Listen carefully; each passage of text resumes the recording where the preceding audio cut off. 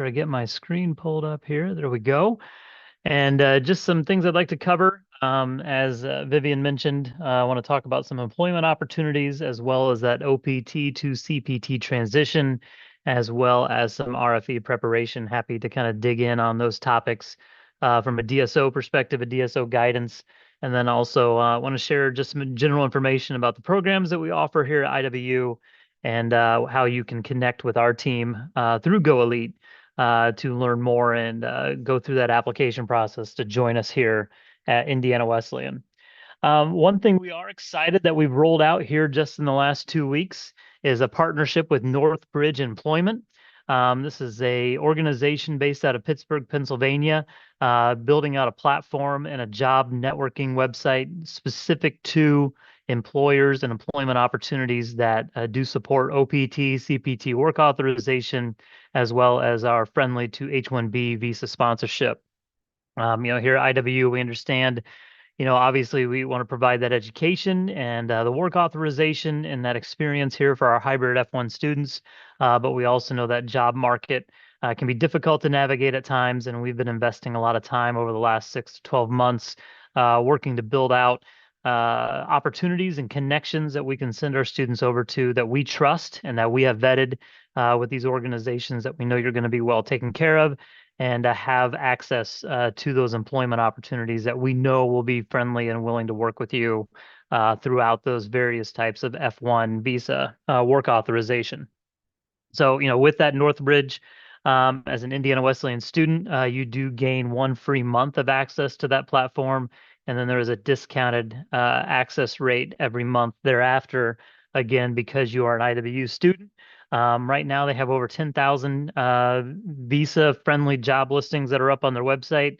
They do have some soft immigration attorney services as well, where they can at least begin to answer some of your questions and then assist you in referring you out if you need to go secure your own immigration attorney to carry these things forward, but can at least give you some of that initial attorney consultation as well.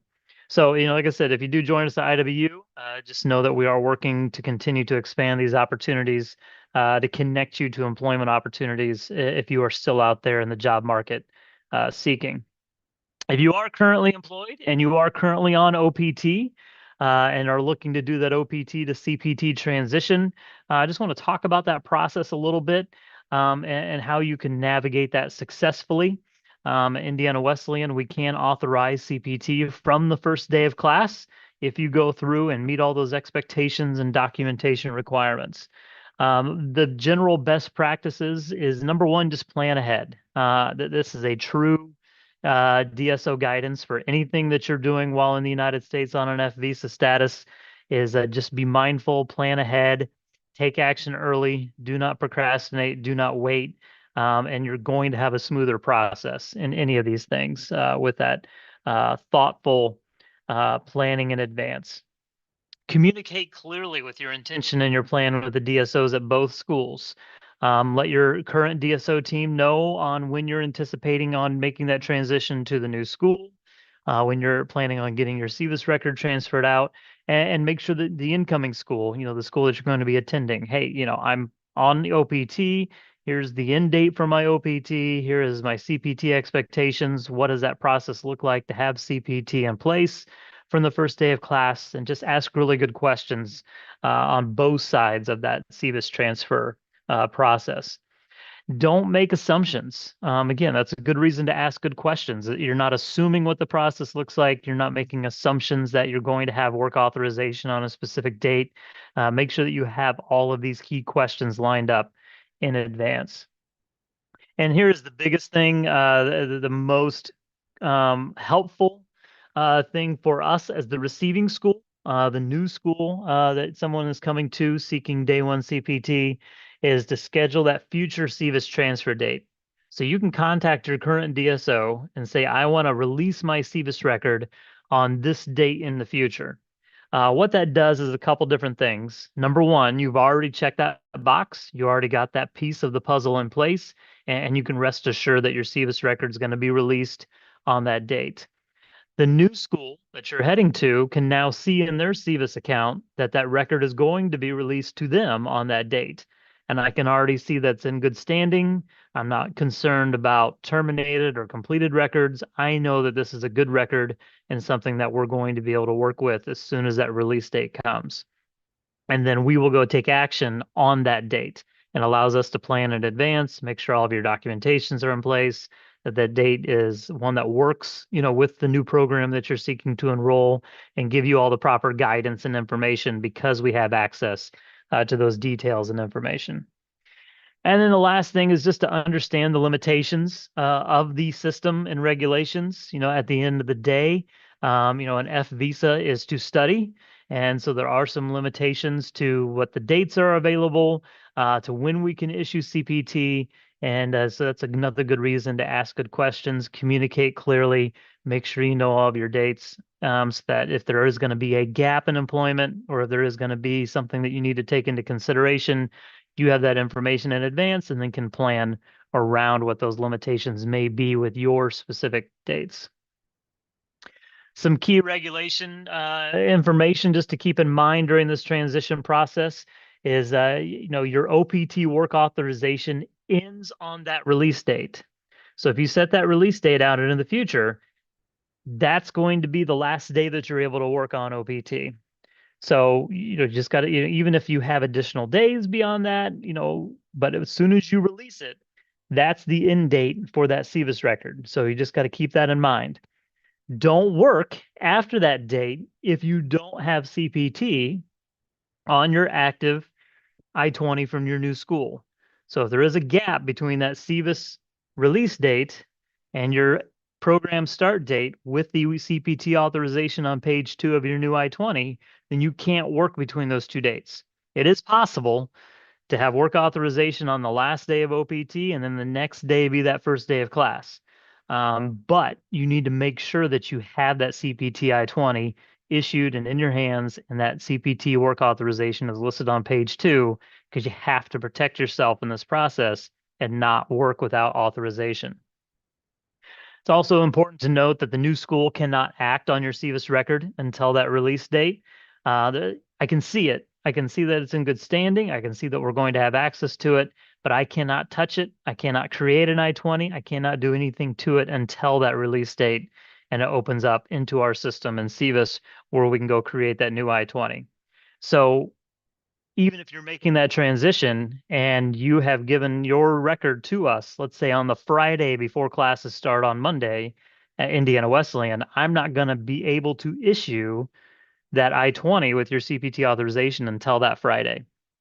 And so you can't ask our team for it. You don't tell your employer that you're going to have the confidence of that CPT information. Well, I submitted my request with my new school 2 weeks ago, but they won't give me the I-20.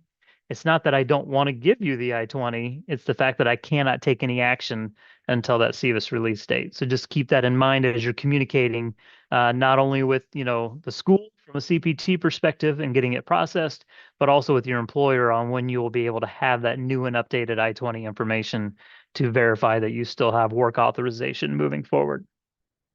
And then be mindful of the 60-day grace period at the end of your OPT end date. So you do have some time moving forward after your OPT ends. A common question that we do receive from some students is, your STEM application does have to be submitted by the end date of your 12-month OPT authorization. And sometimes students think that that means there is no grace period. If you're doing 12-month of OPT and you choose not to pursue a STEM extension, then you still do have a 60-day grace period to get that SEVIS record transferred for that next available term, and then pursue some CPT work authorization moving forward once you transfer your record to that new institution. We can, if you have some questions about the proposed duration of status regulation update, we can address some of those at the end of the presentation here.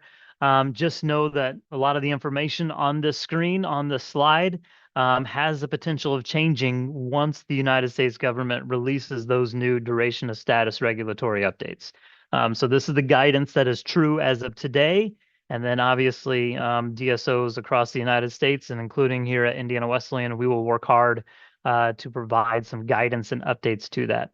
But just to kind of recap that OPT to CPT process, It's definitely something that you can navigate well. Just act early, communicate clearly, and get all of your information in place so that there's a seamless transition between those two types of work authorization.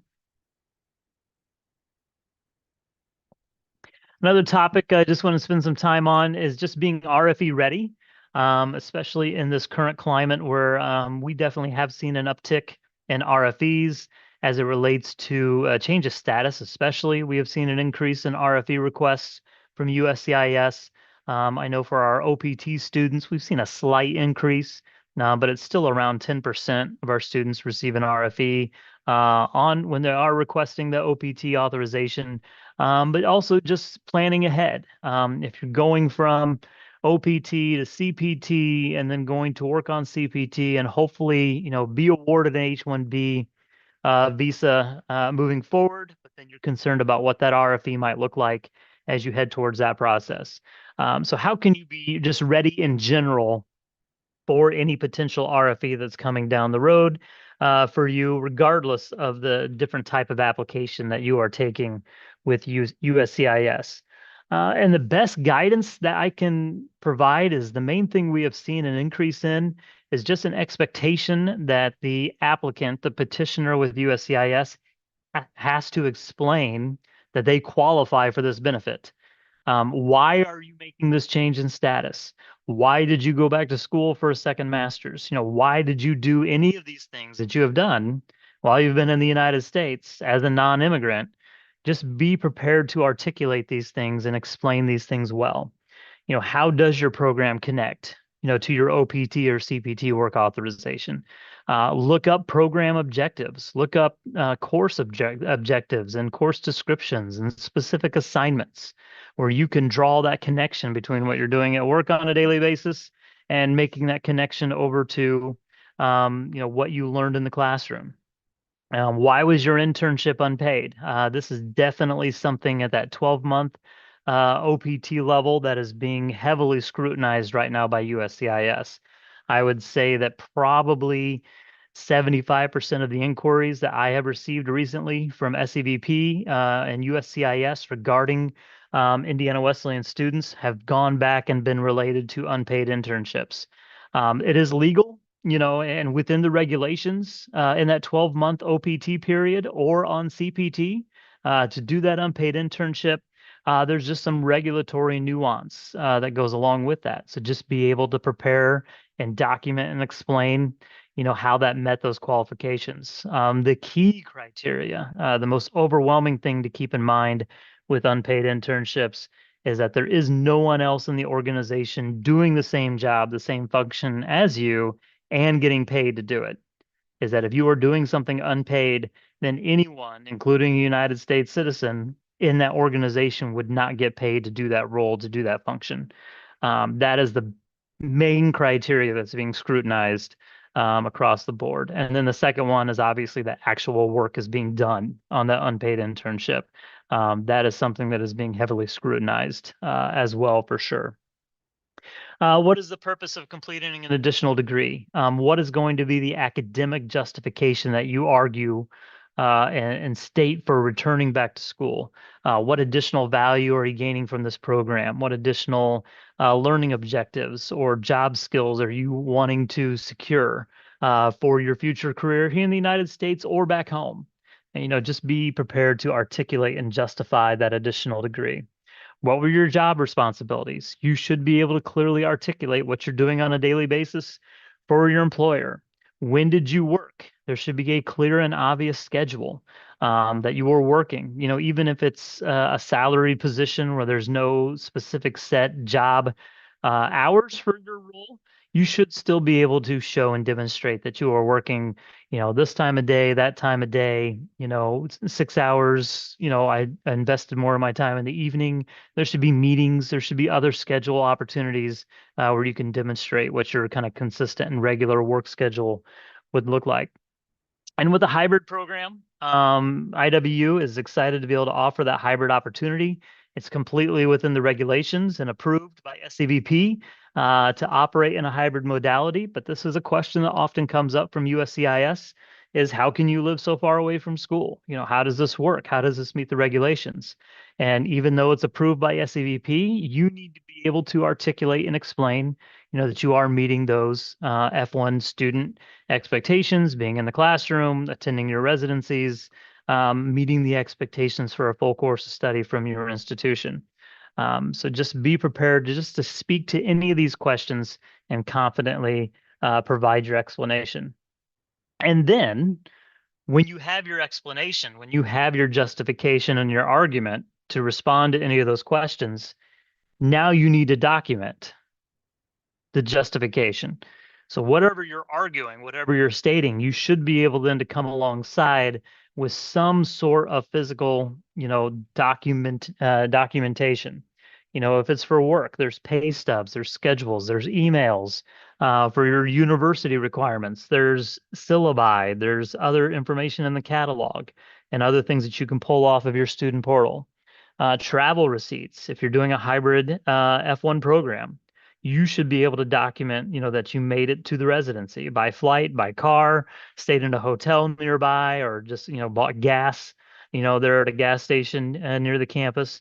We can provide the attendance documentation, and we do when our students receive an RFE related to their hybrid attendance. But then USCIS is also going to want to verify that with your own documentation that you have personally kept. And then lastly, DSO, documentation assistance. Obviously, our team wants to assist our students in any RFEs that they receive. Every university is going to be a little bit different, though, regarding documentation. Our international student program unit is pretty tight, and we provide most of the student services for our F1 hybrid students. And so one office is pretty much handling a lot of this communication and a lot of this documentation. But there are some things, even that our F1 students can go secure on their student portal in other locations or request from another department. And then you may attend another institution that's even a little bit more decentralized, and you just need to be knowledgeable about what offices on campus, serve different functions and who can provide you the different documentation that you may need. But ask good questions, talk to various people, various offices, and just kind of find out, if you need a particular document. If your DSO can't provide it, then ask the DSO what office on campus can provide this information and this verification for me. At the end of the day, the DSO, we're going to be able to provide factual statements and documentation.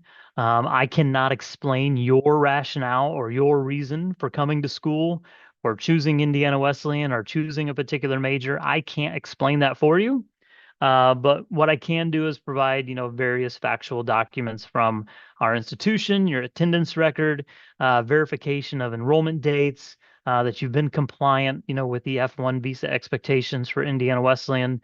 I can provide that sort of information for you, and then you need to supplement that with your own documentation and records. And then, just be mindful if you're enrolled at a university, what self-service options are available to you. Can you go pull receipts from your tuition payments? Can you go pull your syllabi? Can you go get any of these different documents on your own and, get them pulled regularly? Some schools, the second you graduate, they cut off your access to all these resources and information.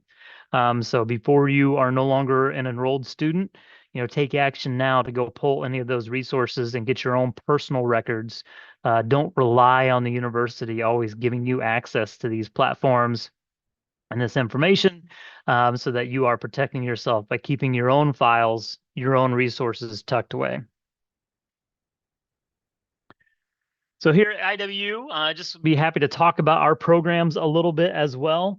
As far as our master's programs, the vast majority of them are 30 credit hours and can be completed in 20 months. And as I said, as of today, a student can still pursue a second master's. So if that is something you are looking at, as far as January enrollment goes, per the current U.S. regulations, we would anticipate someone being able to enroll in a second master's degree to continue their F1 status. Our courses run one course at a time, and each course is 8 weeks while a student continues on with their program here. And then we do have our residency requirement. As you know, F visa holders are expected to attend in the classroom And we do that with one residency per academic term. So that is 3 residencies per calendar year. Our primary location is in Merrillville, Indiana, near the Chicago metropolitan region. You can be downtown in about 45 to 60 minutes, depending on traffic.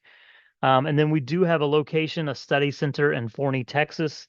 Our students are able to attend a portion of their residencies at that site if they elect to do so. And then they would complete out their program attending at our Merrillville location. But if specific programs, specific residencies, you can elect and request to attend down there at the Texas location. Our residencies are held on Fridays and Saturdays. Begins first thing in the morning on that Friday and then concludes right around 4:30 in the afternoon on Saturday. And our new students are welcome in with a Thursday afternoon component to help orient you to the university, welcome you, invest some time in you. And then the rest of those residencies for your time here at IWU would be held only on that Friday and Saturday.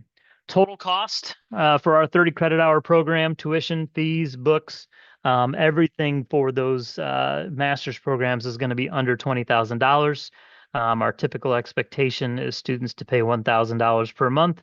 And then in that final term, that final month, you would pay less depending on what your unique individual textbook costs were based on your program. As far as our doctoral programs, our DBA, they are also able to have CPT from the first day of class. They are also operated in a hybrid modality. These programs are 60 credit hours in length and are completed over the course of 3 years. 2 courses each academic term, while a student is completing those with us for that full course of study. Those students do attend 1 residency per term as well. And then there is an additional annual full cohort residency held once per year. So there are 4 total residencies. That full cohort residency that is also in conjunction with our domestic students that are also completing out the doctorate of business administration. So there's some great networking opportunities, collaboration, even with the Indiana Wesleyan domestic students that are completing out that degree at that Indianapolis, Indiana location. So like I said, that's in Indianapolis, whereas the master's programs meet up closer to Chicago. Those residencies also are held on a Friday and Saturday. And then that full cohort residency does have a Thursday evening component with some meal and presentations and keynote speakers as well. Total cost for the DBA program is right around $55,000, and the payment expectation is $1,500 per month. For any of these degrees, for admissions requirements, for additional details on the enrollment process, those are definitely things that you can find on our website or connect with one of our friends from Go Elite, and they will provide you some additional information and get you connected with our application process. Our upcoming program start dates for our winter 2026 academic term. Our master's programs, we do 3 different intakes per term. So we'll have one coming up here on January 5th, and then February 2nd, and then March 2nd. And so those students would all complete out 6 classes, regardless of those 3 different entry points, by the end of that winter term at the end of April. Our doctorate of business administration, because of that full cohort residency, there is only 1 intake for that each academic term. And so the one coming up here for our winter term would be on January 5th. A little bit closer look at those locations. This is the picture of our Merrillville, our Merrillville Education Center. As you can see there on the map, it's just out there in Indiana, just across the state line from Illinois. And, it's easy, convenient from the interstate, I-65. There's lots of hotel options right there around the campus at a variety of different price points. Super convenient to the airport, less than an hour to both Midway and O'Hare. And just an excellent location. That building is dedicated to our international student programs. And so our staff, our DSOs on site, everybody is there to work with our students when they attend those residencies. Our Forney, Texas, our Dallas Study Center. There on the map, you can see downtown Dallas on the left-hand side of the map. Forney sits out into the eastern side of the overall metropolitan area. It's a quickly growing area of the Dallas metropolitan area. Their school district has been growing by leaps and bounds. Indiana Wesleyan has a lot of connections in the region through teacher education programs. And so the school district in Forney, Texas allows us to make use of their facility, what they call the Opportunity Central. Beautiful, excellent facility. And our Texas students would attend there twice, and then their remaining residencies in Merrillville, Indiana. And then finally, again, the Indianapolis North location. They're on the north side of the Indianapolis metropolitan area, about a 35-minute, sometimes less depending on traffic, commute down to the Indianapolis airport. Beautiful facility. A lot of our university administration for the overall university sits out of that building. Excellent staff, and happy and excited to welcome you if you do choose to attend a DBA program. Those programs here are the 4 master's programs that we partner with on Go Elite. All 4 of those are STEM eligible for OPT STEM extensions. We have a Master of Science in Data Analytics, 2 majors in Artificial Intelligence, one with a specialization in Data Analytics, and one that has a major of Computer Information Systems. And then we do have an IT Project Management major as well. That particular program, you can pursue a PMP certification. It meets all the education requirements for that credential and gets you set up to pursue what is a strong industry credential from a job market standpoint. At the doctoral level, those DBA programs, we do have a management, a healthcare administration, data analytics, and then an information systems major in those. One thing to take into consideration when selecting one of those degree options is there is a work experience requirement. So just make sure that you have relevant work experience for the major and specialization that you are selecting. And the academic team will review your credentials, your resume, your profile, in making that admissions decision. Lastly, just want to touch real quick on CPT, since we know many of our friends from Go Elite are interested in immediate CPT work authorization. Just some key things to keep in mind for Indiana Wesleyan. Cannot begin prior to the program start date. We can have it ready to go on that first day of class, but that is the first day that we can provide that work authorization. SEVIS will not allow us to give you more than 365 days of CPT authorization, and then we can extend it. So after that first year, if you're still working with that employer, we'll just ask that you resubmit that CPT request, and we'll be happy to extend beyond that first year. But again, SEVIS does not allow someone to enter more than 1 year of authorization at a time. We do renew, like I said, every 12 months. There is a UNV course, a universal course that we ask all students to complete every term that they are enrolled with us. And from a documentation standpoint, we have a Teradata platform for you to submit that request. You submit all your documents in there, your offer letter. There's a cooperative agreement that you can access there in Teradata and get all those documents to us. Our team will take a look, and happy to get that authorization over to you. All right. Is there any questions? Yes, we do have some questions in the QA. So let me share my screen and we can go through those questions. First of all is, does IW provide answering RFE? Do I need to pay?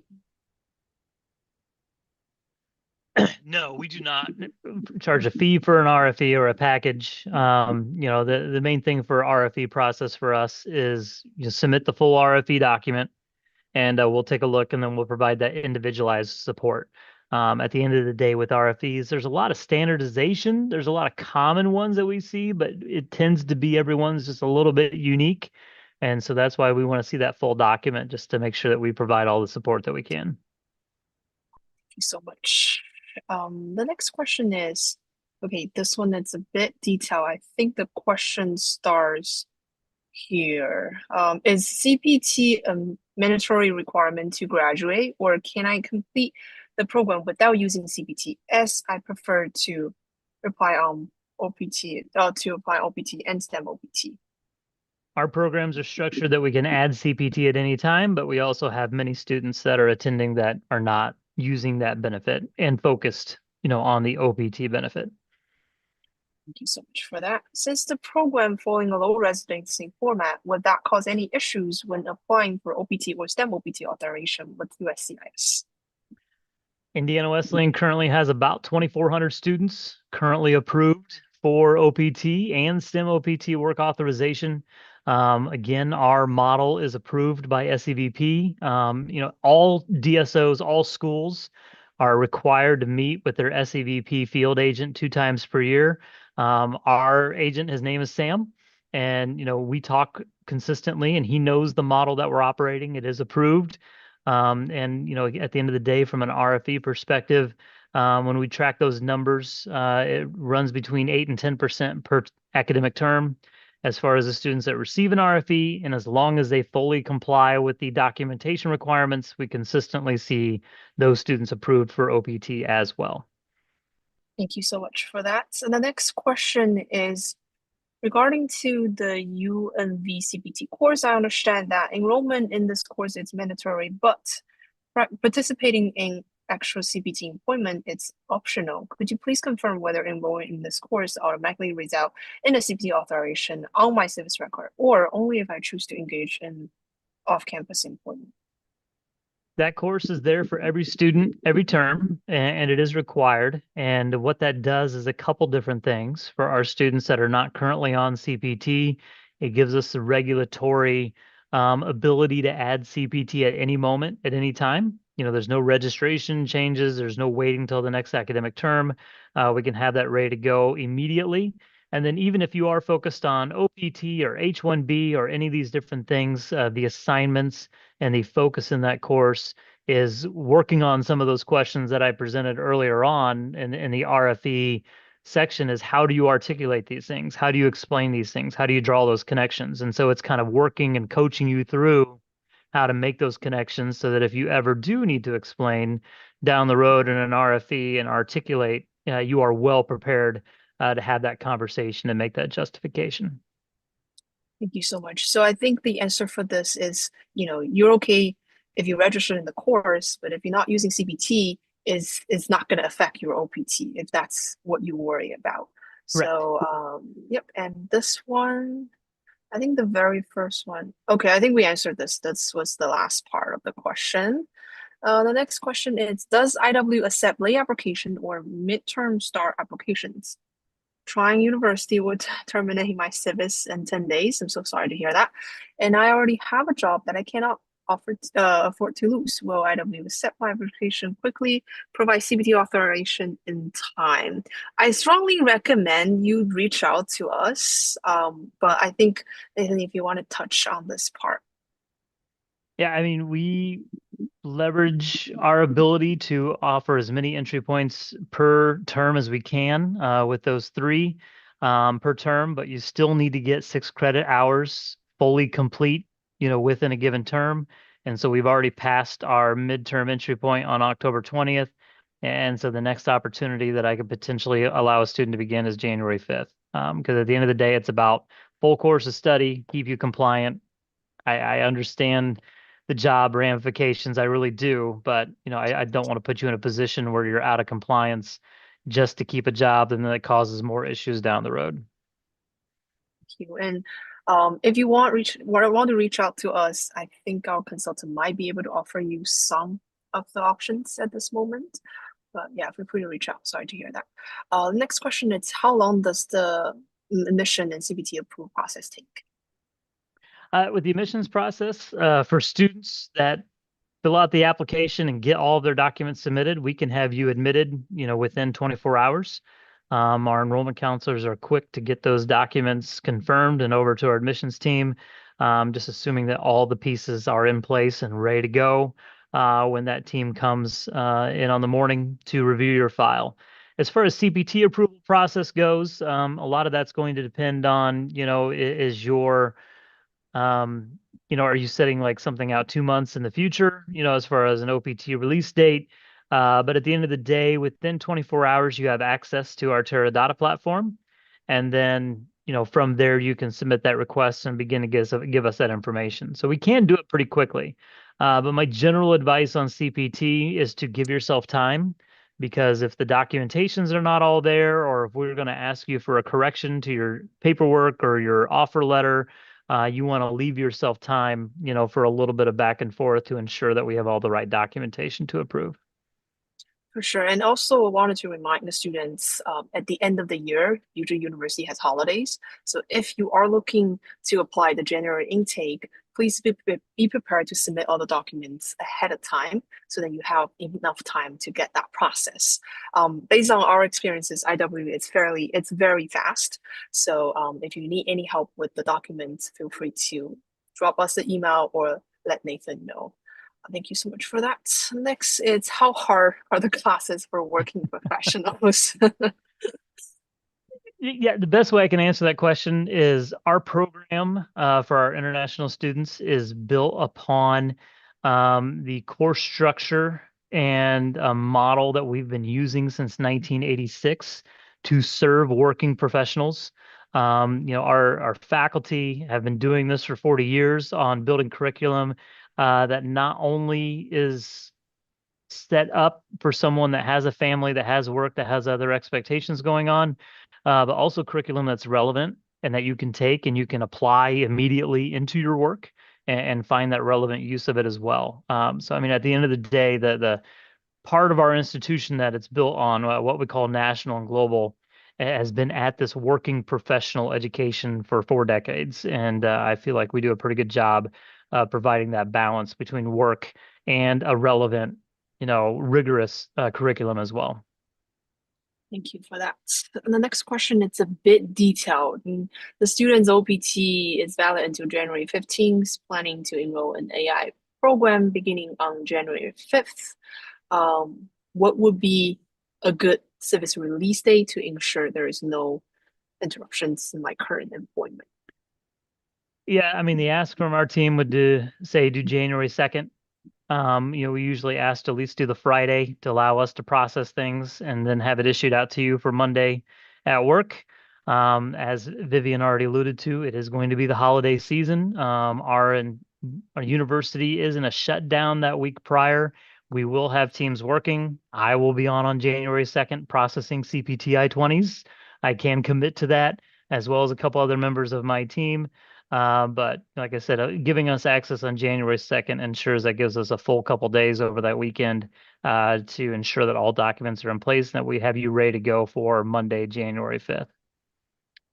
Thank you so much for that answer. The next one is, what is the total cost of the program? Are there any hidden fees beside tuitions? Hidden fees? Why we don't hide fees? One thing that we try to do at IW is kind of that full cost, the American expression out the door.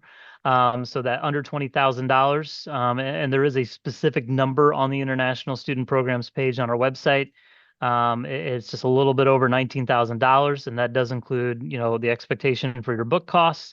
That is the fees, including graduation fee and some other fees that are associated with each course, and then your tuition rate throughout. And so and I would say for our international student programs, we have not increased the tuition rate in 3 years. IW has a very affordable tuitions compared to many other universities, and all the fee are published on the website. If you're interested in, feel free to go on the website to check for details. Thank you so much for that. And then the next question is, does university help us fund employee for CPT? I think Nathan mentioned about the partnership. Yeah, I think, help is maybe not the right word, but we do want to open those doors and provide that access to you. We do have a career advancement office that does have resources and coaching and other items available to help, guide you along that way. And then as the international student program specifically, we've been working hard to identify those right relationships that, we feel that we can trust to direct you over towards. And like I said, the one that we have signed up here recently through Northbridge Employment, they do have a fee for their website to get access to over 10,000 visa-friendly job postings. But as an Indiana Wesleyan student, you can receive a discount and a free month of access to that platform. And there's a couple other opportunities that we're currently in discussions with other organizations that provide the same service. So that, again, we're just trying to open as many doors and to give you that access as we can. You. And the next one, I think we kind of touched on this previously. It's okay to set a service release date the Friday before the course starts. Nathan, do you want to further still explain this? Yeah, I guess.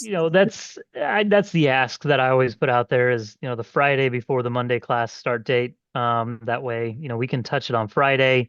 And usually for those class start dates, myself and a couple other team members will do some work over the weekend to get all those CPT I-20s up to date. But again, what if there's a document missing, or what if there's a question that we have that gives some time, for us to ensure that we have everything in place? Thank you. Is there any scholarship or graduate assistantship available? Graduate assistantship, no, not at this time. As far as scholarship goes, we do offer some various promotions from term to term. We always share, what those opportunities may be with our Go Elite partner, as well as the enrollment counselor you'll be assigned at Indiana Wesleyan can assist you with that as well, if there is a particular offer at this time. Yep, thank you. The next one is how long does IW take to generate the I-20 with CPT authorizations once the school received the service record? Um, you know, 2 to 3 days, if not faster, especially those that have that advanced date, out there. That we know what the release date is going to be and that we know we have everything in place. Those are the ones that we go to first on that particular morning, and immediately get those processed in. Just the important thing is, again, it's not just the CPT documentation. Obviously, you got to have all the regular requirements for the I-20. The financial documents need to be in place. You need to have visa, passport, all those things ready and available to us. So it's just sitting there waiting for that release date, and then we take action and we get it turned around real quick. The nice thing about Teradata is it takes me about, less than 5 minutes if I know all the documentation is there.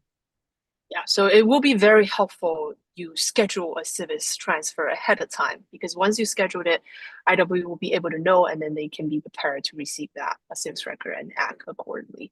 Thank you so much for answering that. Hi, I'm changing status from H4 to F1. Can I begin CPT immediately? Once the F benefit has been added, yes. Thank you. My current OPT is ending soon. Would I work until the last day, or should I stop working and wait for a CPT? That's up to you. At the end of the day, let's say for example, you're going to lose 5 days of OPT, but then you can have CPT from the first day. I would give up those 5 days of OPT. Or, if I wait 2 weeks, I can use every day of my OPT, take 2 weeks off, and then start CPT, after those 2 weeks in that gap. At the end of the day, some of this is just a personal decision on your part on knowing and understanding the dates in your case. What dates can you enroll at IW? And you might just need to make a decision on your own. But I mean, we can provide you options, but you're going to have to make your own choice.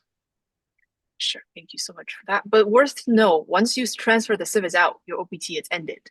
So that's something that you should know ahead of time. What is the in-state tuition? We are a private institution, so the tuition rate is the same for everyone.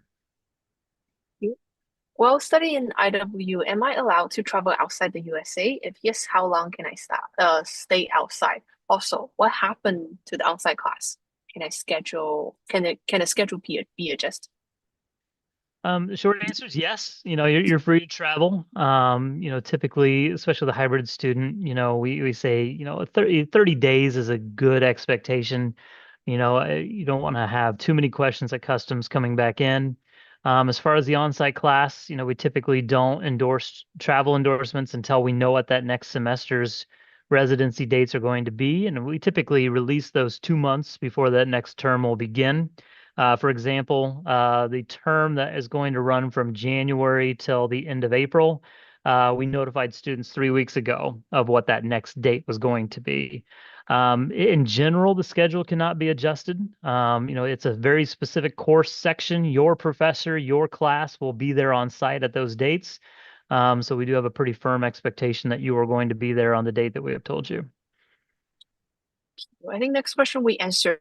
We will answer the last question due to the time limit, and then or if your question didn't get answered, feel free to reach out. Feel free to scan the code.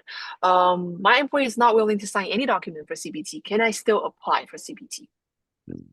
I mean, you have to have the offer letter. I mean, that's firm, period.